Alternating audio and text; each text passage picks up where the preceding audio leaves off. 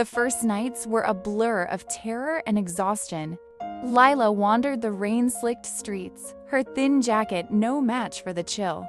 She slept on a park bench the first night, huddled under newspapers, her mind racing with fear for the tiny life inside her. Hunger gnawed at her. She scavenged for scraps in dumpsters behind restaurants, her pride crumbling like the stale bread she found. By day 3, desperation drove her to a homeless shelter downtown, a dingy building with flickering fluorescent lights and the constant murmur of despair. There, amid women with haunted eyes and children clutching worn toys, she found a cot and a hot meal, but it was temporary.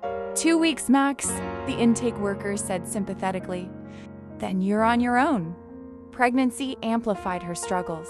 Morning sickness left her weak and without insurance. Doctors' visits were out of reach. She haunted free clinics, waiting hours for basic checkups, her belly swelling as winter approached. To survive, Lila took whatever. Odd jobs she could, washing dishes under the table at a greasy spoon for $5 an hour, cleaning motel rooms for tips that barely covered bus fare. Her hands blistered from scrubbing, her back ached from carrying trays, but every penny went toward basics: cheap prenatal vitamins from the dollar store, secondhand maternity clothes from thrift shops. Nights were the hardest. Lying awake on lumpy shelter mattresses, she'd place a hand on her bump and whisper, "I'll protect you, little one," somehow.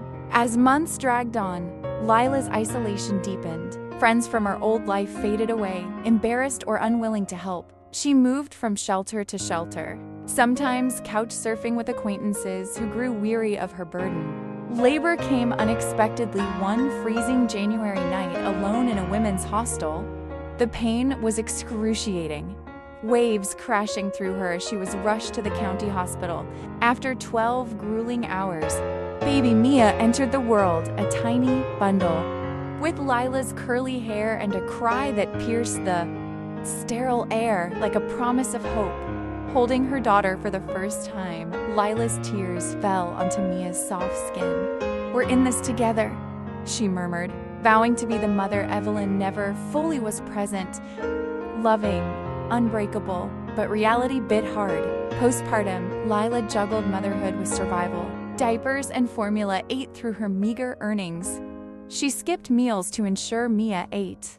Welfare helped a bit, food stamps and WIC vouchers, but bureaucracy was a nightmare. Endless forms and judgmental stares. She found sporadic work as a freelance artist, sketching portraits for tourists in the park for $10 a pop.